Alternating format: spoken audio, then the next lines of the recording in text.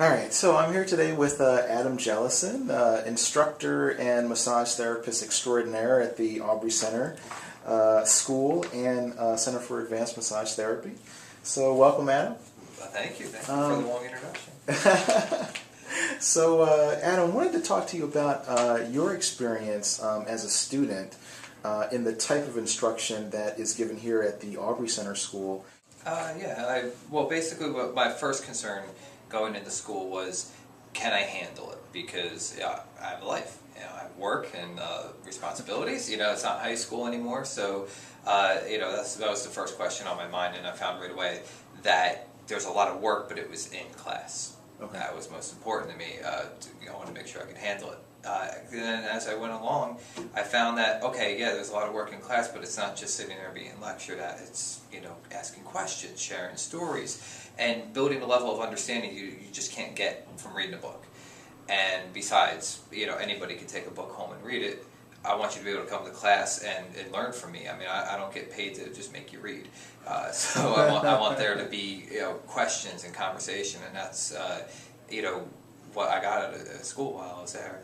And then as far as the hands-on goes, that started pretty quickly. I expected that to be like more of a halfway through or end of the year type thing, but no, we had plenty of hands-on, and I left feeling like I've been working for a full year, which essentially I was, because I was there every day working on fellow students and other clients, and I really didn't feel nervous when I first got out to the job world. So I guess in terms of the hands-on experience that you received and the interactive style, that's kind of influenced the way you approach your students as a teacher? Yeah, absolutely. Everybody growing up always says, oh gosh, if I'm a teacher someday, I'm going to do this, this, and that. So I remembered all those things. I brought those into it, but also how I was taught. I brought that to how I teach. I make sure, look, it's interactive. We're going to discuss and keep you awake, okay? Because I've been through school when I was there, working full-time outside of school, and I was going in, with 4 hours worth of sleep and thinking, gosh, I'm not going to make it through the day, but it was so lively, so interactive, I never had a problem with it. And that's what I want for my students. I don't want them falling asleep at the desk, so I make sure we're talking and interacting, and then when the hands-on comes, I don't just sit there and go, okay, go work and figure it out.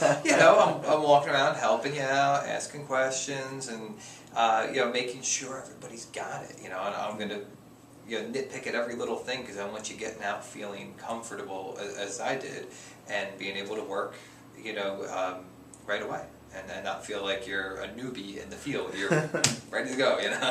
And so when you say interactive, does that give you an opportunity to kind of share your experience with your students and difficult cases that you've come across and how to solve those cases, that kind of thing? Yeah, absolutely. I find that's the best way, really, to get through to most students is share my experiences.